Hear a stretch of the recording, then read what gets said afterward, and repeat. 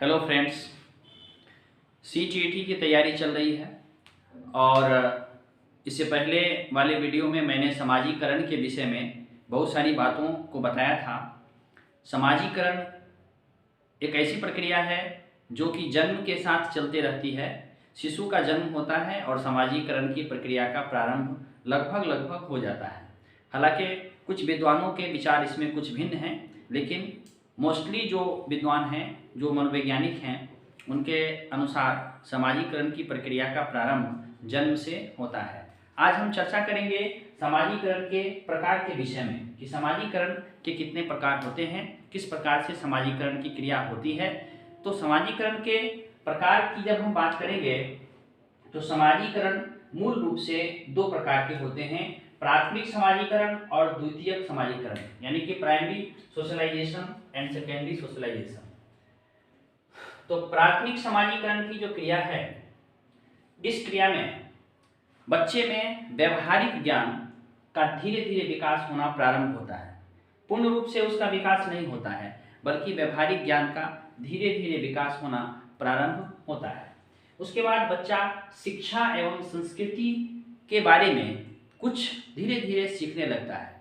जैसे छोटे छोटे बच्चे होते हैं, वह शिक्षा के विषय में भी थोड़ी थोड़ी चीज़ों को सीखते हैं और अपनी संस्कृति के विषय में भी कुछ कुछ चीज़ों को सीखना प्रारंभ कर देते हैं।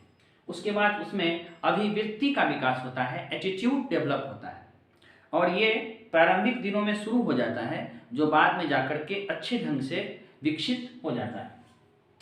प्राथमिक समाजीकरण का प्रारंभ मूल रूप से परिवार से होता है और उसके बाद परिवार के बाद इसका प्रारंभ यानी इसका आगे का प्रसार उसके मित्रों के माध्यम से होता है। तो हम कह सकते हैं कि प्राथमिक समाजीकरण के जो मुख्य अभिकर्ता हैं वो हैं परिवार और मित्र। उसके बाद आती है बारी द्वितीयक समाजीकरण की। तो द्वितीयक समाजीकरण की जो अवस्था होती है, यह थोड़ी बड़ी अवस्था होती है। बच्चे में प्रारंभ से प्राथमिक समाजीकरण का विकास होता है और जब बच्चा कुछ बड़ा हो जाता है तब द्वितीयक समाजीकरण की प्रक्रिया का प्रारंभ होता है। इस प्रक्रिया में बच्चा व्यवहारिक रूप से सभ्य होने लगता है, यानी उसमें धीरे धीरे उस श्रृंखला जो है, धीरे धीरे उसमें जो असभ्यता है, उदंडता है, वो धीरे धीरे दबने लगती है और सभ्यता का धीरे धीरे उसमें विकास होने लगता है। बच्चा सुसंस्कृत होने की दिशा में, सभ्य बालक बनने की दिशा में प्रयत्नशील हो जाता है। द्वितीयक समाजीकरण के जो मुख्य अभिकर्ता होते हैं, अभिकर्ता का अर्थ है एजेंट। तो द्वितीयक समाजीकरण के जो मुख्य अभिकर्ता हैं वो हैं विद्यालय, पड़ोस, खेल का मैदान।